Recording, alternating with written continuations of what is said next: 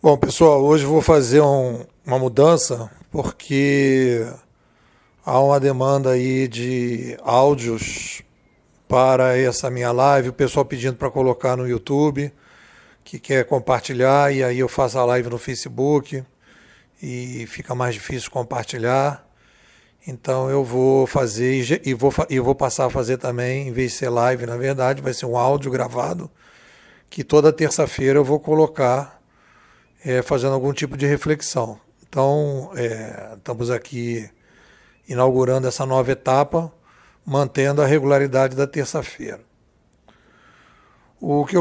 A live de hoje eu queria falar sobre o artigo que eu escrevi na segunda, que é o que eu chamei de invisibilidade tóxica.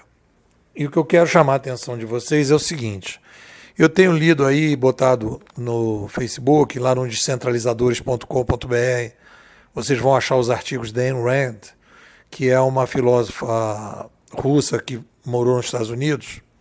Ela tem uma sacada que eu acho assim que mudou muito a minha maneira de pensar. A forma que ela diz a coisa, né?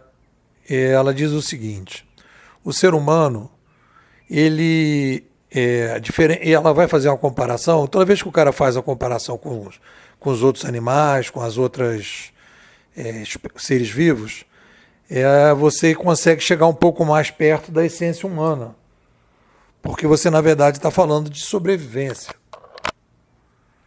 E de maneira geral, o grande problema que a gente tem com essas ideologias exóticas é que o pessoal sempre trabalha na existência. Marx, por exemplo, é um cara que criou a teoria dele baseado no que ele achava legal no laboratório. O Adam Smith, e o que o Marx fez é platônico, e o Adam Smith fez é aristotélico, que ele faz uma pesquisa e diz o que deu certo. Vamos caminhar no que deu certo. E o Marx trabalha na seguinte ideia: independente do que deu certo, eu acho que a gente poderia fazer desse jeito porque eu acho legal. Né? Eu acho bacana, eu acho super legal fazer desse jeito, apesar de nunca ninguém ter feito. Obviamente que você poderia ter tido esse tipo de vivência, fez uma, duas vezes, não deu certo, você desiste. Aí você, quando começa a ter uma religião, a religião é justamente a insistência em você continuar fazendo algo que não bate com a sobrevivência. Então, o que a Ayn Rand traz, que eu diria que ela é o Adam Smith 2.0?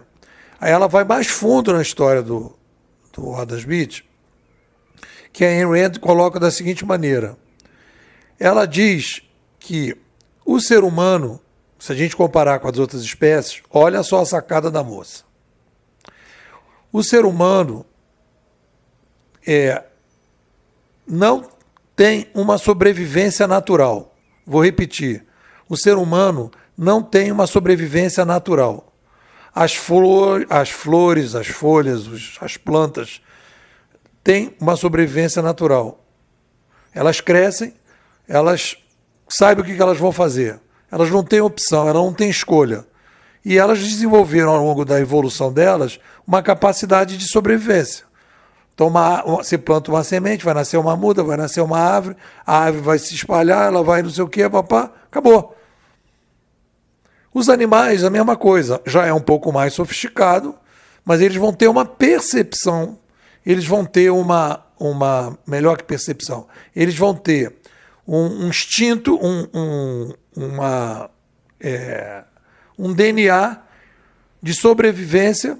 Eu vejo aqui tem aranha, garça, que está ali. Ela vai nascer, a filha vai nascer, o filho vai nascer, vai estar ali fazendo a mesma coisa que a mãe, vai sobreviver, a garça comendo os peixes aqui, ela vai saber pescar, ela vai desenvolver a sua capacidade e ela vai sobreviver, ela não tem escolha, ela não faz nada, ela não muda absolutamente nada, ela já está definido como é que ela vai sobreviver.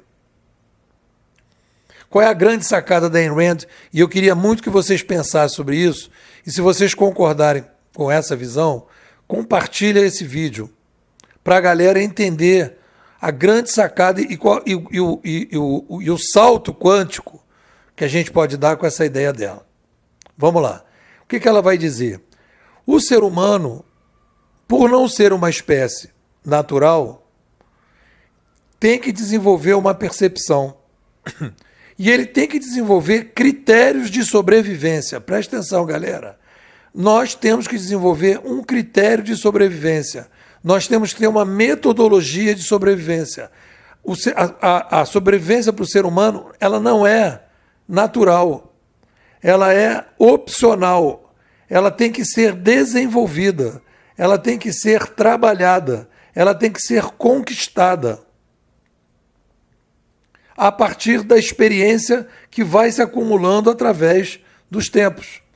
Então, para nós, qualquer coisa que não seja aristotélico, o aristotélico é o aprendizado constante do que dá certo e o que não dá certo, a gente então, se a gente não faz a opção correta, adequada, a gente não vai sobreviver como pessoa, como grupo, como país, como região, como espécie. Então, existe uma demanda para cada ser humano fazer uma escolha da melhor forma de sobreviver. Como eu vou resolver o problema da minha sobrevivência? Eu preciso criar um método, né? Eu preciso produzir a minha sobrevivência. Eu não tenho como pegar a sobrevivência. Mesmo os índios, mesmo as tribos mais antigas, tiveram que desenvolver a sua sobrevivência, né? Se organizando para sobreviver, com pedra, pau, e grupo, e tinha que resolver o problema, porque todo mundo precisa comer todos os dias. Somos seres vivos. Então, essa sacada dela é uma sacada fantástica. Nós precisamos escolher uma forma de sobreviver. Não é natural. E aí a gente, na hora que vai escolher a forma de sobreviver, ela pode ser uma forma adequada ou não. Tem que ser baseada na experiência, que é uma coisa que parece óbvia. Então, isso é a primeira etapa dela. Fantástico, né? Então, nós somos obrigados a fazer essa escolha. Essa escolha define a nossa vida pessoal, define a vida das outras pessoas, define o país, define tudo. Então, essa é a primeira coisa. Aí vamos para a segunda etapa da nossa monstra, que a Ayn Rand é uma monstra. É a Titi Ayn Rand, é uma monstra do pensamento. No momento que a gente desenvolve, tem que ter uma metodologia de sobrevivência, ela vai colocar, nós temos que ter também uma ética da sobrevivência. Por quê? Eu posso sobreviver, porém eu posso sobreviver em cima dos outros, de forma em que eu imponho aos outros, violento os outros, para eu poder sobreviver. Eu roubo, eu sequestro, eu furto, eu dou golpe pela internet, eu dou golpe pelo telefone, eu dou golpe pelo celular, né? Eu entro no restaurante, pego a carteira das pessoas, né? Ou eu vou já no ambiente político, ou eu vou criar leis e regras para que eu possa me defender e que eu obrigue os outros a bancar a minha sobrevivência. Seja uma empresa que vai, como foi o caso da JBS, da Odebrecht, etc., que impõe ao governo e que cria um monopólio, que cria um modelo de corrupção, né? Ou uma pessoa que vai trabalhar para o governo, que não trabalha, que deixa o paletó e vai embora, que é amigo do rei e que não trabalha, né? Ou mesmo aquela pessoa que, de repente, dentro do ambiente, vai cada vez fugindo mais do trabalho para ficar encostado sem trabalhar. Então eu crio um ambiente em que os outros vão trabalhar para mim.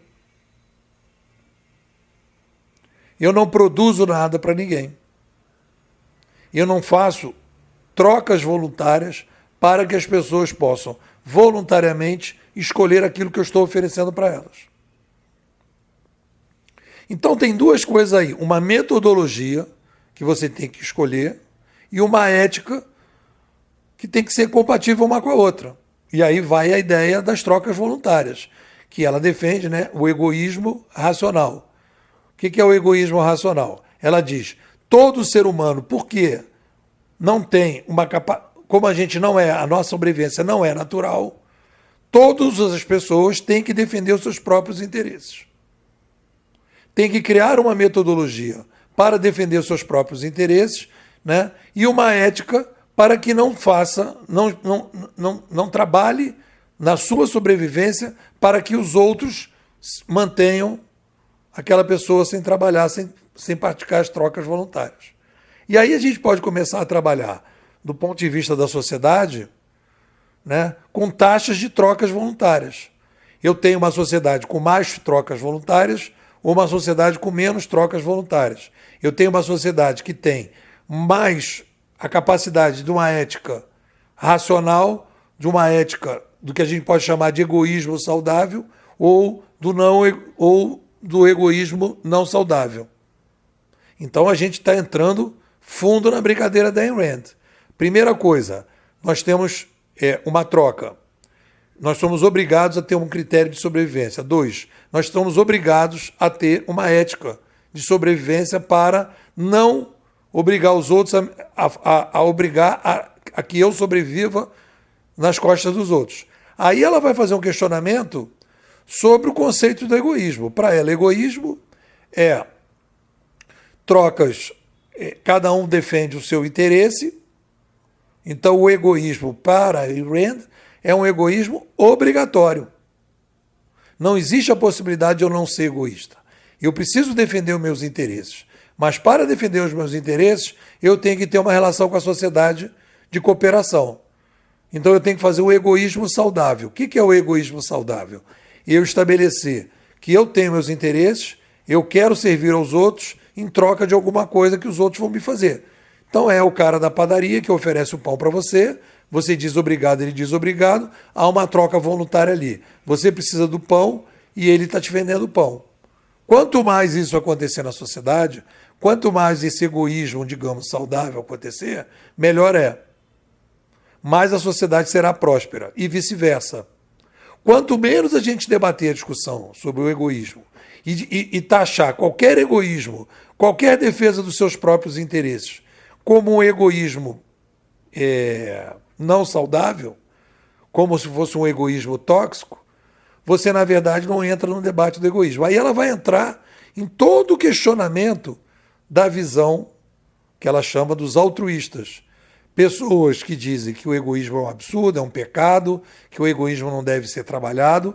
Então as pessoas pegam o egoísmo e colocam o egoísmo não como um substantivo que é obrigatório, mas uma coisa que é voluntária. Você pode viver numa sociedade sem a defesa dos interesses de cada um, sem o egoísmo saudável, como se ele não fosse obrigatório.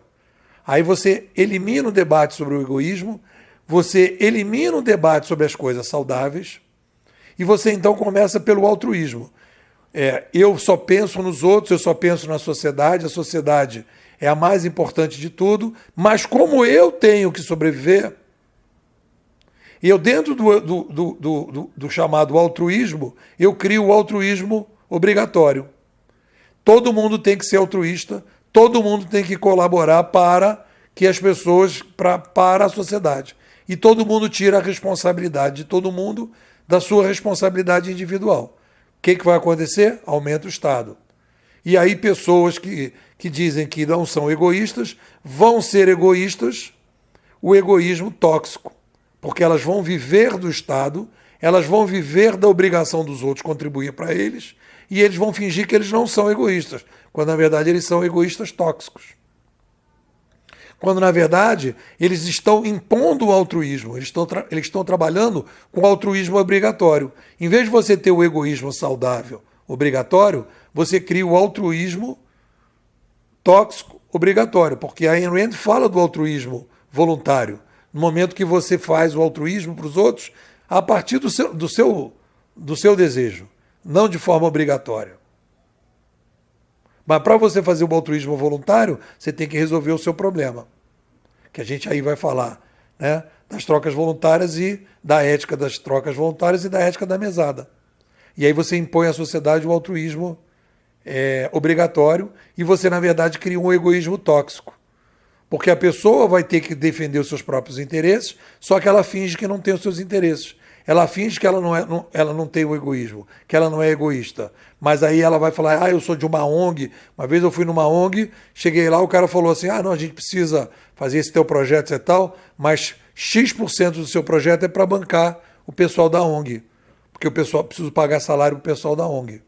Ou seja, todo mundo está na ONG numa boa, dando uma força para todo mundo, mas cadê o meu salário? Porque a pessoa tem que lutar pelo salário. Aí ela não é egoísmo, ela é altruísta, ela quer defender o bem comum, etc. Tal. E aí ela esconde o egoísmo. Aí vira uma sociedade hipócrita, porque você não defende o egoísmo saudável, você não faz a transparência do egoísmo saudável, você não discute as trocas voluntárias, você começa a ter aumento da taxa do altruísmo obrigatório, e você aumenta a taxa do egoísmo tóxico. Por que eu estou falando tudo isso? Porque é isso que a gente está vivendo na América Latina. É isso que a gente está vivendo na Argentina. Então a Ayn Rand é a base para a gente fazer uma discussão sobre a necessidade das sociedades, principalmente no terceiro mundo, na América Latina, a necessidade de se estabelecer o debate, que não pode ser invisível, das trocas voluntárias, do egoísmo ético, do egoísmo saudável, dos valores da República e dos valores liberais. Eu tenho uma conhecida que botou no Instagram a defesa cumprimentando a Argentina, feliz da Argentina, etc. Uma menina nova, etc.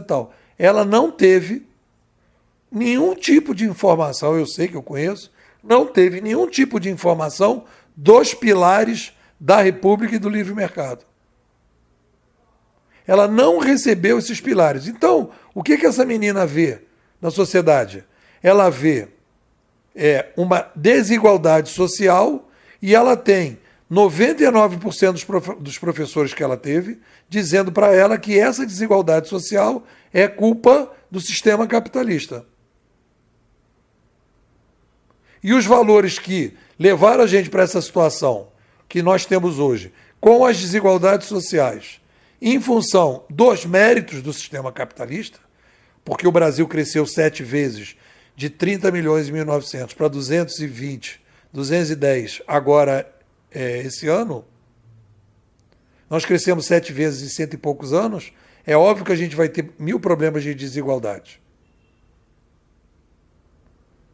Então a gente conseguiu resolver, permitiu que a gente pudesse ter 210 milhões de brasileiros em condições precárias.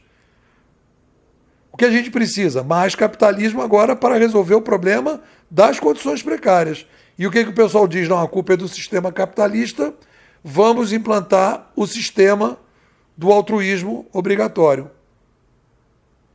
E aí você tira, você reduz a taxa da energia de cada um, da energia do egoísmo saudável de cada um, para resolver esses problemas, através do incentivo que as pessoas resolvam seus problemas por elas mesmas, do incentivo do empreendedorismo, do incentivo da independência de cada um. Você vai aumentando a taxa do altruísmo obrigatório, aumentando a taxa do altruísmo obrigatório e do egoísmo tóxico. E aí você começa a ter uma crise econômica. A crise econômica é resultado da baixa... Olha aí, galera. Olha a equação. Quando você tem o aumento da taxa do altruísmo obrigatório e do egoísmo tóxico, e você tem a redução da taxa do egoísmo saudável e do altruísmo voluntário, isso tem um reflexo na economia, que é o que está acontecendo na Argentina. Você vai optar pelo altruísmo tóxico, obrigatório, e para o egoísmo tóxico, achando que você vai resolver o problema que você quer combater. E, na verdade, você está envenenando a sociedade cada vez mais e piorando a situação econômica.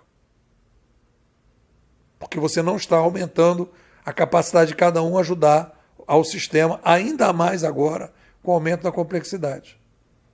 Então, qual foi o grande erro das pessoas que defendem o sistema de livre mercado e da República? E qual é o erro que a gente não pode cometer para o futuro? É a defesa de uma formação desde a hora, na família, na criação de escolas com selo liberal. Escolas liberais. Não é escola sem partido, que é uma furada essa história de escola sem partido. Escolas liberais, em que você vai ensinar para as pessoas Aristóteles, Adam Smith, as dificuldades que o ser humano tem de sobreviver, Ayn Rand, que o ser humano tem uma opção de sobrevivência, falar do aumento demográfico como o principal motivo das crises que nós estamos passando no Brasil e das possibilidades que a gente tem de resolver isso através da experiência do que deu certo no mundo, para reduzir essa vontade que as pessoas têm de resolver os problemas, que é legítima, só que pegando o caminho que vai, em vez de você resolver, você vai dar veneno, né? Você vai dar um soro de camarão para um cara que está com alergia de camarão, que é o que está acontecendo na Argentina, que estava acontecendo no Brasil, que estão fazendo no Chile, que estão fazendo em toda a América Latina. Porque fica fácil. O Gramsci, nesse aspecto, foi um monstro, em termos de genialidade. Eu domino todos os espaços de cultura, as escolas, etc. tal, arranjo um inimigo para um problema que é real e fico batendo que aquilo ali tem que ser resolvido. Qual é o jovem que não vai entrar nessa? Como é que você reverte? Olha, esses problemas existem, a gente tem que resolver esses problemas, mas o que deu certo na sociedade é isso. Não vamos fazer um diagnóstico equivocado. Temos que fazer um diagnóstico adequado. Se a gente não fizer esse diagnóstico adequado, se a gente não entender que a sociedade humana precisa de um outro modelo, que a gente tem que superar as dificuldades, a gente cai no que está acontecendo. Então, todo esse debate sobre escola sem partido é um debate, na minha opinião, furado. A gente precisa de... Porque se você pega a Ayn Rand, se a Ayn Rand estivesse viva, ela ia dar uns tapas nessa galera da escola sem partido. Porque, pela lógica dela, o que ela está dizendo? A gente precisa dizer para as pessoas o que funciona. Porque não é opcional. Aí a pessoa fala assim, não, deixa, não vamos falar nada para as crianças. Nada. A criança tem que aprender, né, as matemáticas, o português, etc. Não, tem que ter as formações e tal. Então, se você cria escolas liberais, os pais podem escolher por essas escolas liberais, né, dentro da ideia de que a gente ainda vai ter escola, né, no médio prazo, na formação dos jovens bem pequenos, a gente tem que ter... Eles têm que ter acesso a esses autores. Para eles conhecerem que o mundo não é do jeito que é, porque as coisas são naturais. Não são naturais. Não há naturalidade na espécie humana. Há uma bifurcação. E quando você faz a bifurcação inadequada, você cria uma crise individual, você não consegue sobreviver, você precisa de alguém para bancar você. Aí você tem aqueles casos clássicos que a gente conhece. O cara fica pedindo emprestado, não paga, roubando, etc. O cara não consegue viabilizar um serviço, um produto que ele vai vender para as pessoas para as trocas voluntárias. Ele parte para a troca, ele parte para o altruísmo obrigatório. Ele vai arranjar alguém para dar para ele a sobrevivência dele. Ele não consegue resolver o problema dele sozinho. Isso é falta de Ayn Rand desde cedo. Isso é falta de Adam Smith desde cedo. Então a gente precisa começar a debater a formação. Precisa começar a criar escolas que tenham selo liberal, republicano liberal. Não é só essa questão, a escola militar, etc. Não é. É um debate que a gente tem que fazer. Formação de professores liberais. Porque todos os professores de pedagogia defendem o altruísmo obrigatório em várias mudanças. Esse livro da Ayn Rand é o livro raiz, é o livro do DNA. Ela consegue fazer o diagnóstico, com esse diagnóstico você consegue ver a crise que o Brasil passa, a crise da Argentina, né? Todo o conceito. O que é? As pessoas acham, isso aí é o que está na cabeça das pessoas, que a sociedade humana ela é natural. A gente chegou até o ponto aqui, ter Uber, ter McDonald's, ter supermercado, tudo isso é natural, não é uma coisa que veio da ideologia liberal. As pessoas não reconhecem, não agradecem o esforço da ideologia liberal, das tecnologias liberais, das práticas liberais, dos pensadores, de todo um grupo enorme de pessoas que construiu esse modelo que funciona, que bem ou mal é o que a gente está vivendo, com problemas que precisam ser resolvidos no aperfeiçoamento destes conceitos. E não na linha de raciocínio que a gente tem hoje. Então essa é a discussão. E eu acho que nessa semana em que um país inteiro faz a opção pelo suicídio, que é o caso da Argentina, é o momento da gente refletir como é que chega a esse ponto. Quem vai resolver isso é Ayn Rand. As pessoas não têm clareza de que elas fizeram, que elas têm que ter uma opção de sobrevivência. Elas não tiveram formação do que funciona na sociedade. Elas têm o diagnóstico equivocado. Esse diagnóstico foi um projeto muito bem construído do Gramsci, feito ao longo de muito tempo, e que não houve uma contraposição, porque as pessoas acham que não precisa fazer esse debate, que é natural, que todo mundo vai chegar à conclusão que esse sistema aqui que a gente vive é o melhor. As pessoas têm essa fantasia, que não é uma proatividade, que não tem que ser proativo, tem que ser proativo. É um trabalho constante, porque tudo se inviabiliza, tudo se torna invisível, as tecnologias se tornam invisíveis. Outro dia me liga uma pessoa para dizer, pô, e essas tecnologias na sala de aula? Eu falei, qual tecnologia? Carteira, quadro negro, apagador, as novas tecnologias, porque tudo é tecnologia. Eu estou aqui andando numa sala, está cheio de tecnologia. Só que tecnologia para a gente é tudo que é novo. Né? Uma lata de biscoito não é tecnologia. Não é uma tecnologia. É uma tecnologia que já foi inventada antes. Que quando foi inventada teve um impacto. Só que ela se naturalizou. E o sistema capitalista se naturalizou. Todo mundo acha normal. E todo mundo acha que criar um novo sistema a partir do que a gente tem hoje, tudo que a gente tem de bom continua e vai ser melhor ainda. E as pessoas não têm noção que o que a gente tem de bom tem pilares que não podem ser derrubados. Tem que ter muito cuidado, senão vai cair que nem aquele edifício em Fortaleza. O cara começa a quebrar os pilares e o edifício cai. Pouco por aí. Descentralizadores.com.br é o site que a gente tem. E hoje estou inaugurando a primeira live, não é live, né? O primeiro vídeo, o primeiro áudio de terça-feira, que é próximo de terça, que eu estou fazendo na segunda.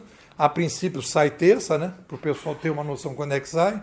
Falando aí sobre a eleição da Argentina e o que a gente tem que fazer como proatividade para evitar daqui para frente que esse tipo de coisa cresça do jeito que cresceu. O que vocês dizem?